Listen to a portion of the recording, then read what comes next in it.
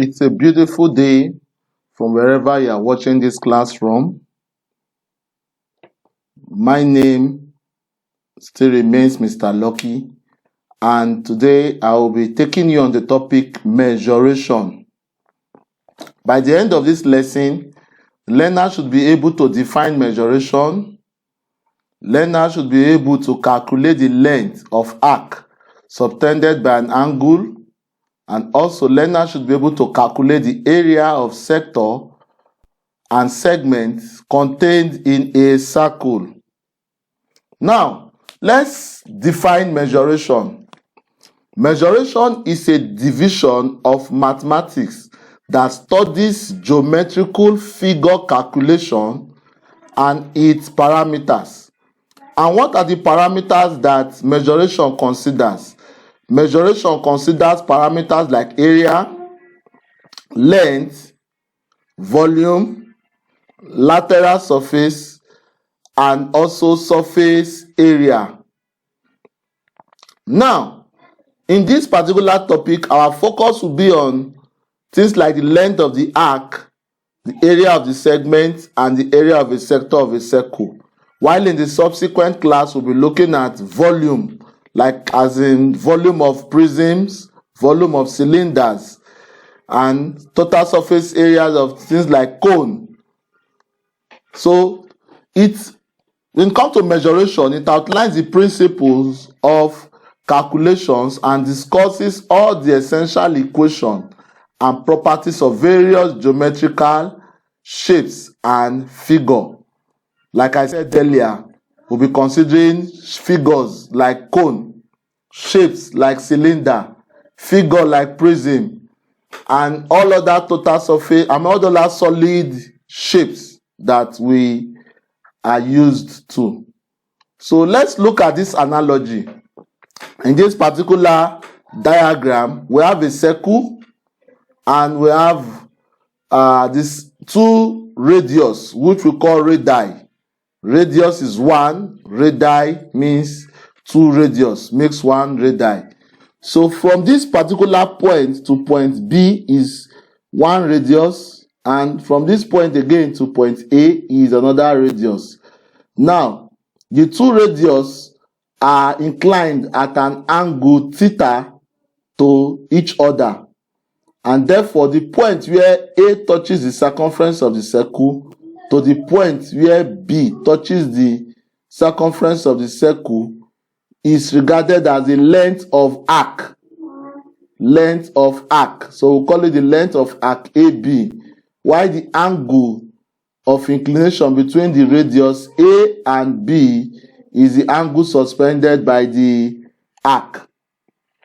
So let's look at the circumference of a circle and length of an arc. Now, the circumference of a circle can be calculated using this formula, which I call P. Why do I use the word P? Circumference is like perimeter, because for any plane shape, we know that the perimeter of that shape means the addition of all the sides of that shape. But for circle, we know that circles don't have sides, right?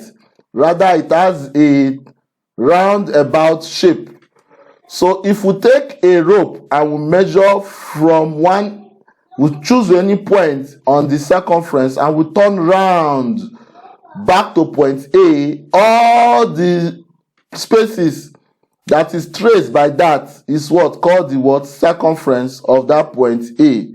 So now the circumference here is regarded as P, which is equal to 2 pi r, where 2 is a constant. Pi is also a constant, which we call 22/7 or 3.142. Then the radius will always be given. Then therefore, we can now say the length of the arc is what? The angle suspended by the arc over 360 times 2 pi r. That is to say, the angle between the two radius, which we call theta, over 360 times what? The perimeter or the circumference of a circle is what gives us the length of the arc. So in essence, we can say the length of the arc is actually 2 pi r theta over 360 degrees. Now let's look at this worked example. It says in terms of pi, what is the length of an arc which suspends an angle 30 degrees at the center of a circle of radius 3.5 centimeters? Now in this question, our radius is 3.5 centimeters. And we know that 3.5 is the same thing as 3.5 centimeters. And we're given our angle of inclination, or the angle suspended at the center of the circle to be what? 30 degrees. So the length of the arc can be calculated using L equals to 2 pi r theta over 360. But we're asked to find it in terms of pi, right? But in my solution, I substituted the value for what? Pi, to get our direct answer. But I showed you how you can do that without substituting the value for pi. So let's look at the solution. Our 2 is what you can see here. I substituted 3.142 as the value of my pi. Then this 3.5 is the radius. Then 30 degrees as well as the angle suspended by that what? Arc over 360.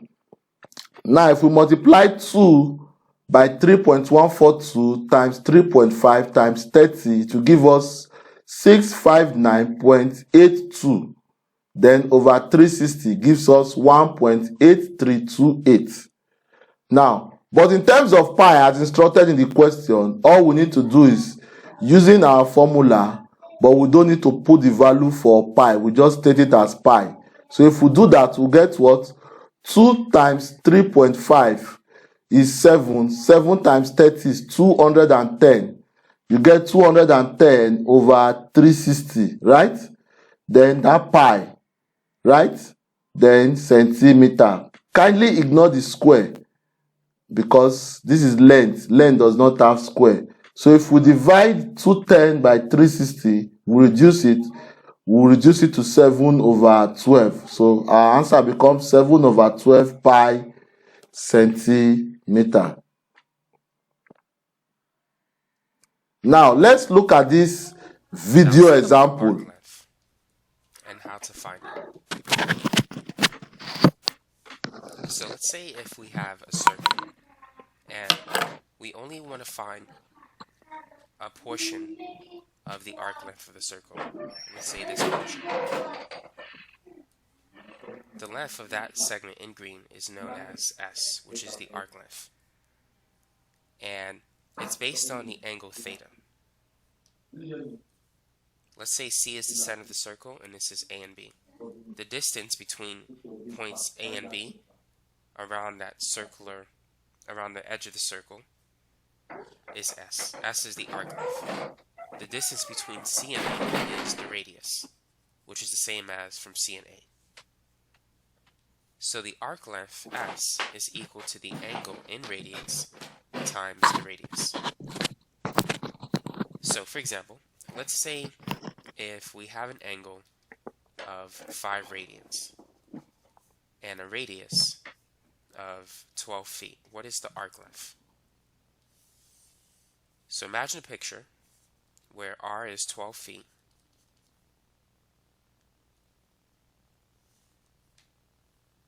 and the angle is 5 radians. So this is about 5 radians. Keep in mind 6.28 radians is a full circle.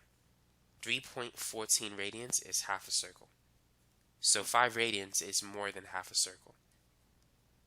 So we want to find the distance between these 2 points around this portion of the circle.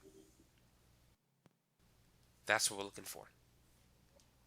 So S is equal to theta times R.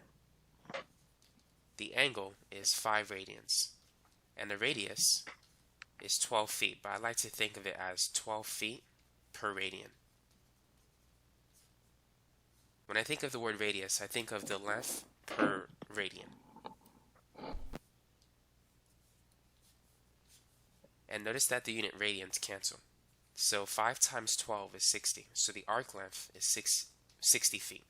That's how long it is.